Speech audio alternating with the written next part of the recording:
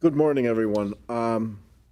This is required by the Home Rule Charter that we present a budget message. We're very happy to do this, but please keep in mind it's a work in progress. It is by no means the final draft. I'm actually thrilled today that we have Dave Balzoni with us, our new CFO. That'll be an important part of how we finalize this budget. With that, I'd like Chief Jeffers to read the message. Okay, we'll read the message and then we'll take Questions. Okay. This is the County of Lackawanna's 2023 budget message. Just as the phoenix rises from the ashes from an unexpected occurrence, so too has our community. With the turning of the calendar of 2022, Lackawanna County slowly began its recovery and restart from the safeguards put into place when the pandemic hit 2 years ago.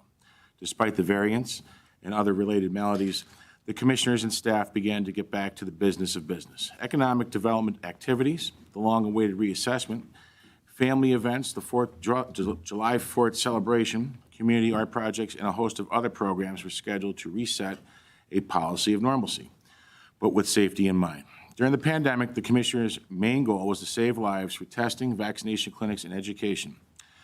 During January and February, space was rented in the Steamtown Movie Complex for a makeshift testing and a vaccination distribution site. And contracts were approved at the local pharmacy to provide vaccinations for the homebound. Regular and booster shots were also provided at the Government Center for staff. One of the first pieces of legislation coming out of the COVID freeze brought an end to nearly 60 years of lopsided tax rates. On March 2nd, 2022, the majority commissioners passed a motion authorizing a property reassessment. On May 18th of this year, the majority commissioners also approved a $5.1 million contract with Tyler Technologies of Moraine, Ohio, to handle the project. Manpower was added to the assessor's office to get more people into the field tracking land, buildings, residences, and businesses to include on the tax rolls. To explain the process and alleviate concerns, the county and Tyler conducted 3 in-person meetings throughout the area and 1 virtual session. The Tax Claim Bureau received approval to incorporate $35 registration fee for all county tax sales. This will provide an opportunity to qualify bidders prior to the sales and to also help defray administrative costs. Economic development has always been at the forefront of the Commissioner's agenda. Expanding the tax base, creating jobs, and diversifying the business base remained top priorities. To help get businesses rolling again, the Recovery Loan Program was amended to include operations. Another program created was Get Connected, an e-commerce activity for all types of services, sales, and operations without person-to-person contact. The area's nonprofit sector took a huge hit in operating capital during the pandemic. To help them, the county's nonprofit COVID-19 response grant program provided $1.1 million to 56 organizations utilizing ARPA funds. Also, several redevelopment assistant capital programs, the RACP grants, were prepared to further assist organizations and businesses with the necessary funding for large-scale job creation projects. Several multimodal grants for new bridges and road repairs were also done along with the longstanding Community Reinvest grants.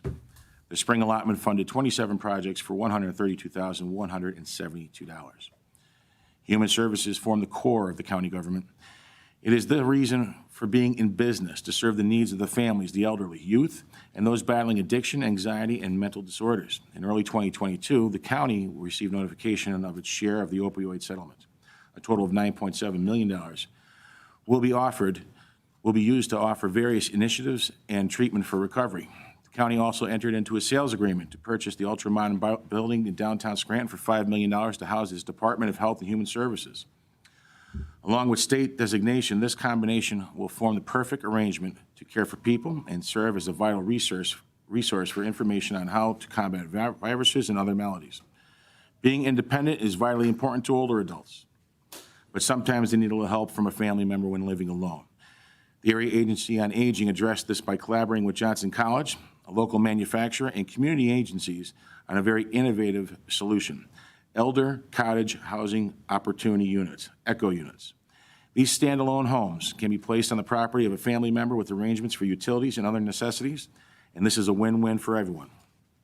Strengthening and enhancing the recreation and leisure amenities at the county's 4 parks was another highlight of this past year. The Scranton Ballet Theater once again held an outdoor performance in the confines of Covington Park. Consultants were enlisted to recommend upgrades and safety measures for McDade Park and the coal mine tour. Other contracts were approved for general recreation needs and the new McDade Pool and Splash Pad. Grants were prepared and submitted for $1 million for the McDade Pool and $400,000 for the park splash pad. A contract was awarded for the Wi-Fi upgrades and video cameras installation at McDade Park. The safety of any community is vitally important for its overall quality of life. The commissioners are well aware of this and provided the necessary finances to accomplish that. The county received a counterterrorism grant for training, supplies, and manpower for top flight protection. The Government Center has the latest badge access technology to enable staff to work after hours and on weekends in a safe environment regardless of the personnel on duty. Keeping Mother Earth pristine has also been a priority. Grants of up to $1,000 were available to municipalities for electronic recycling, keeping the roadsides and wooded areas litter-free.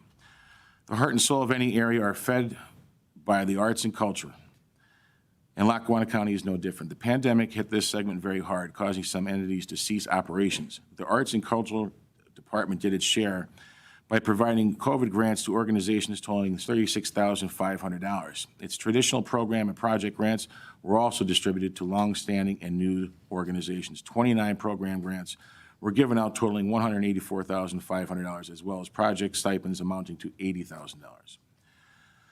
Several community art and mural projects were announced to beautify the area, stately buildings, and green space. A design contest, the Penn Avenue Mural Project, was initiated to brighten the back of the Government Center to showcase the area's industrial history. Beautifying the building was organized to warm up the interior of the building with a variety of mediums created by local artists. The IT group has always been on the cutting edge of technology with state-of-the-art systems and equipment. That trend continued with advanced workflow management programs. The department also maintains stringent network security regulations to protect the county's operating infrastructure and securely store sensitive system-wide documents. The county also redesigned its website. The colorful new look provides individuals from across the globe easier navigation to find the information they need, along with up-to-date data on community events and easy-to-complete request forms. Along those lines, safeguarding the confidentiality of one's vote is imperative in today's environment. An election security grant was approved for the voter registration office, providing programs, training, and other resources for voter confidentiality. Our nation's and community's veterans are the reason for the freedom we enjoy daily. They fought to end injustice worldwide, many making the ultimate sacrifice. Now it's our turn to give back. The commissioners did so with 2 important pieces of legislation. They have passed the real estate tax exemptions for non-wartime veterans and surviving spouses who served and became injured or disabled. A real estate tax exemption to the surviving spouse of those service personnel killed in the line of duty was also approved. The county's debt position.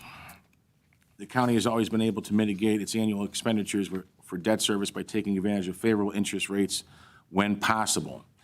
The county will continue to be diligent and also seek other opportunities to restructure its long-term debt. The county's financial policies of 2023. In 2023, the administration will once again be conservative and demonstrate fiscal responsibility, restraint, and management when addressing the county's financial stability.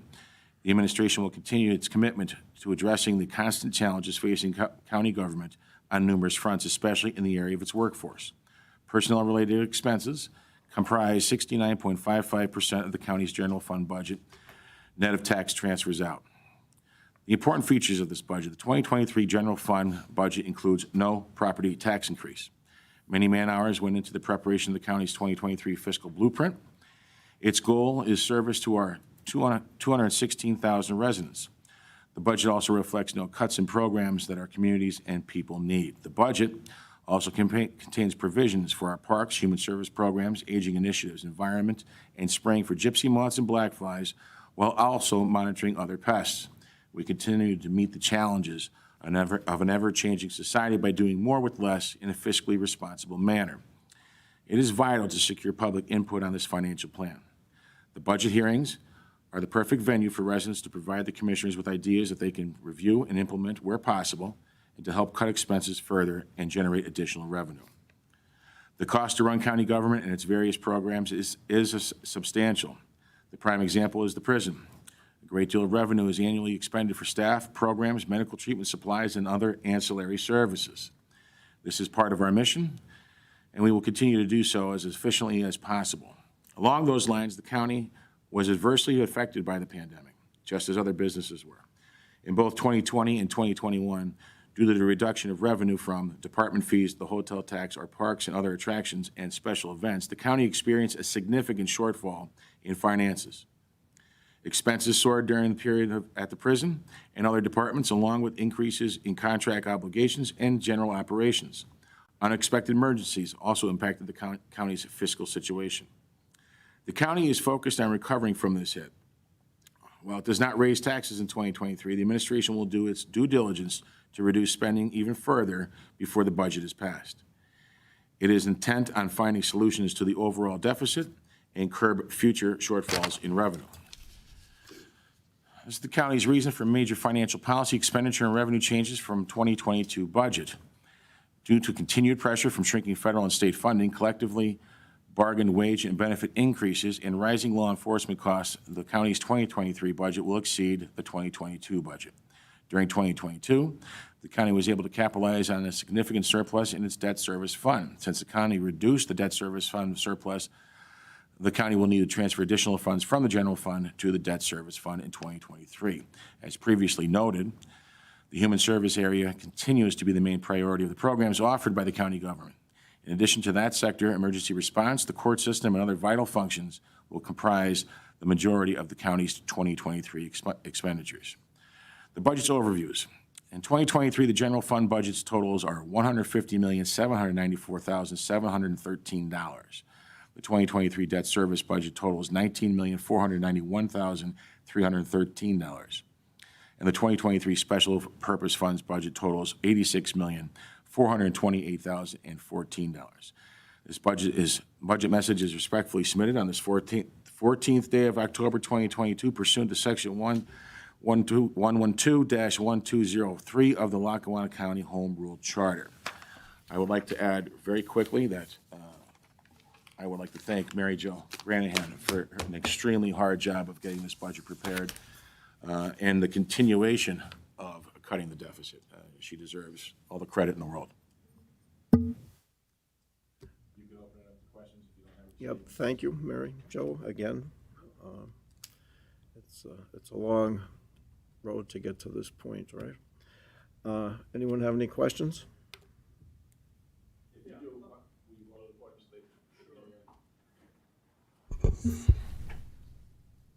Horace Crouchanyuk from the Scranton Times-Tribune. For years, the budget, the county has enjoyed a very large surplus. Can you talk about what that will be at the end of this year and how much of that you'll use in the 2023 budget to avoid a tax rate increase at all? I think, Mary Jo, what is the surplus going to be? Do you predict it at the end of 22 or 23? 22. And then 23 also. Yeah.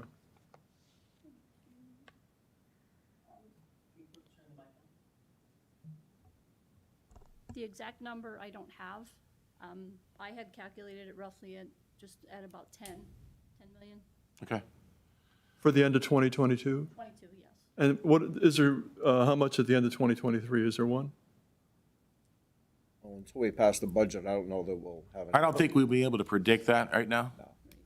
Well, Boris, so, we're working on, this is an ongoing process, and I'm pretty sure we're going to be able to get very close, if not to a balanced budget, and without touching the surplus this year. Are we using any of the surplus to pay for 2023? We're not indicating that we're going to use that right now. What we're doing is trying to cut the $8 million down. I think we could probably get down to $4 million if we try really, really hard, and then we'll come back to that. So you have $8 million more in expenses right now than revenues? Is that what you're saying? Right now, we're looking at an $8 million deficit. What we plan on cutting that down a minimum by half. Okay. And if not, so you can't get it down all the way? We're going to try to get it down all the way. Yeah. I mean, Well, the answer to that at this here's the problem at hand, and it's a realistic problem, is since March of 2020 up until December of 2021, I think everybody's aware of, everybody went through the pandemic together. we've lost roughly around $12 million in revenue, which is a domino effect that keeps going continuously. That's revenues you didn't collect, not Revenues we- surplus you used. That is correct. Revenues that we lost from Trolley Museum, Coal Mine Tour, inmates out of county at the prison, all the factors, court fees, everything you could think of that was shut down during the pandemic and then sporadically opened in 2021. And the monies we spent to, to deal with the pandemic were out of the county budget this past year. Right. County never closed down, unlike, a lot of governments, government agencies. We were open from day one. We weren't like other government situations. If you get it down to 4 million, the 8 billion, you're still going to have to tap that surplus, right, to balance. Well, we the don't budget? know that yet either. That's still up in the air because now some of the funds provided by the federal government may be able to be used. Yeah, but they're for- one-time money, aren't they? Right. Yeah. So But it's a it was surplus. one-time expense to prepare this building and keep everyone working at the same time, too. But the reality of it is that since we lost all that revenue over the years, it's been a domino effect. But the revenue has been starting to pick up, again. Not just pick up, it's been going up significantly Right. in 2022. So, we're hoping that this Right, gap and- can be closed in '23. Right, and you mentioned it here that, you have continued pressure from shrinking federal and state funding, collectively bargained wage and benefit increases. You have a bunch of new contracts that you Right. signed this year. That's gonna add to your spending next year. We've already placed that into the Right. budget. That's already been Okay. placed in there. And I think that we've got some really good, fair CBAs in place. I think both the unions and the administration negotiated those contracts in a very good and fair manner. They're happy and we're happy. So, I think that things are looking up as far as the revenue coming in, and I think that our CBAs are in pretty good place. But don't we have a situation where only a few years ago, we were over $20 million in surplus, and we're now headed for under 10, right? Yes, sir. Okay. I'm good. Anyone else? Ricky in the back, you have any questions? No? Okay. That's it, Commissioners. Unless you guys want to have. Well, I just want everybody to know, Thanks. we're going to continue working on this every day. Mary Jo, we have Dave here now. Dave Balzoni is on board, so, we have use his expertise on getting closer to balancing the budget. We've tightened our belts just like everybody else. These are tough times we're in, and it's been tough. So I think we're on the right track. And I'm sure we can get darn close, and especially, I don't want to have to touch that surplus again. That's just going to help our bond ratings moving forward. So it's going to take a little bit of work, but we're on the right track, and we're working on it very, very, very much every day, so. I agree, and again, thanks, Mary Jo, and the fact that we have Mr. Balzoni here with us now, that will definitely be helpful. Commissioner? No, I think we have, I already talked to Mr. Baloney, and I'm looking forward to working with him and going through the budget like I did last year. It's very overwhelming, and what throws a wrench in it is trying to figure out what departments need when you have COVID kind of right at 2020 and also affecting 2021. So it's hard to get it's not under normal circumstances where you can just go back and see a graph of how much they spend on a particular item, because no one has ever accused me of being quiet because of COVID. So it is a process, and I'm excited that he's here, and hopefully we'll get to work and hopefully be able to. From my perspective, I don't believe that the burden should ever be shifted to the residents by way of a tax increase, as long as there is fat, for lack of a better word, on the budget or expenses that can be cut. We need to work to do that, as opposed to shifting the burden, even though we're not doing it next year. But I mean, in the future, I think that the budget needs to get tighter. And I'm hoping our new CFO can help all of us do that.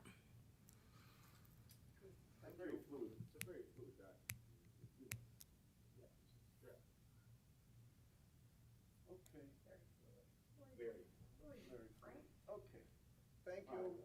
Thank you.